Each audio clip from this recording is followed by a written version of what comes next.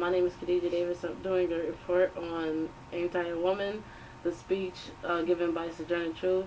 It's very deep and persuading. Even though it was a struggle to pass women's right as a law, it was accomplished by some of the most influential women in history, including Sojourner Truth. Truth spoke a speech like no other I have seen before or heard. She touches bases on many different things, such as black rights, women's rights, and she makes a lot of comparisons. Sojourner Truth explains that women should have equal rights just as the male population does.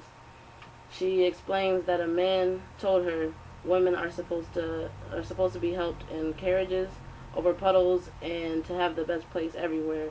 She states, "Ain't nobody ever helps me into carriages or over mud puddles, or gives me the best place, and ain't I a woman?" This quote explains how she is upset at the fact that white women are treated better than black women. White women are treated like royalty, while black women work like males and aren't treated as equal. Sojourner Truth inquires about how intellect has anything to do with women or Negro rights. She states, "If my cup won't hold but a pint and yours holds a quart, wouldn't you be a man not to let me have my little half measure full?" This quote speaks to me in many different ways. She is basically stating that if someone else has rights, why can't they be equal? If white women can have equal rights and be treated fairly, in the end, why can't we all be treated the same if we are the same? Sojourner Truth makes a great comparison to Eve and women.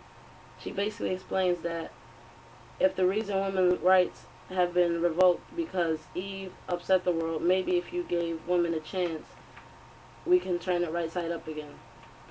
She explains everyone deserves a chance and everyone should have equal rights, even black women.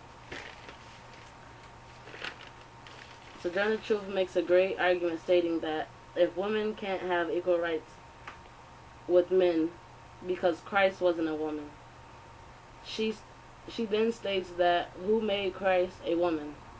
If women can't have equal rights to the single fact that they should be equal or have more rights. I believe this speech has so much power and clarity for the time it was given. It shows how ignorant the excuses for not giving women rights were. For every excuse, Sojourner had truth. She had many others.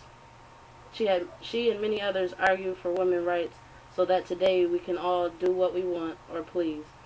If there's anything that I am personally proud of, it's women's rights. We are all different but unique individuals, and we all have something to offer, no matter what it is. We have been given a chance to turn the world right side up again, and we've come a long way since then. This speech was significant in history because it played a part in making women's rights a law. It also played a part in making black rights also. Sojourner Truth has done this important speech and touches on two important bases. This speech could very well be for women's rights or black rights, in my opinion. This speech has an upset tone. It speaks in an informal voice. It also speaks in different ways to the people of that time. I lived with one of the association's founders, George Benson, who had established a cotton mill. Shortly thereafter, she began dictating her memoirs to Olive Gilbert, another association member. The narrative of Sojourner Truth, a Northern slave, was published privately by William Lloyd Garrison in 1850.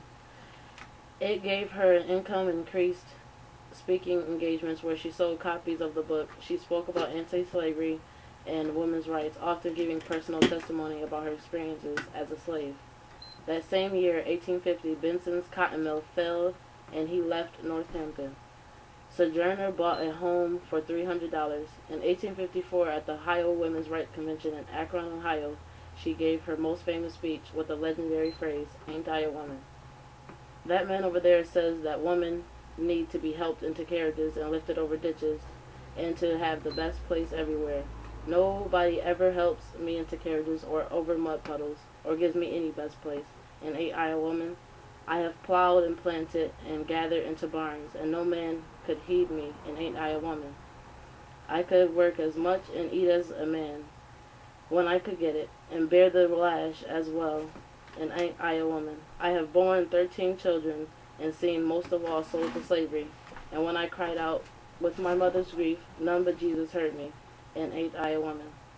Sojourner later became involved with the popular spiritualism religious movement of the time through a group called the Progressive Friends, an offshoot of the Quakers.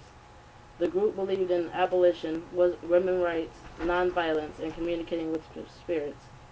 In 1857, she sold her home in Northampton and bought one in Harmonium, Michigan, to live with this community. In 1858, at a meeting in Silver Lake, Indiana, someone in the audience accused her of being a man. She was very tall, towering 6 feet. She has opened her blouse to reveal her breasts.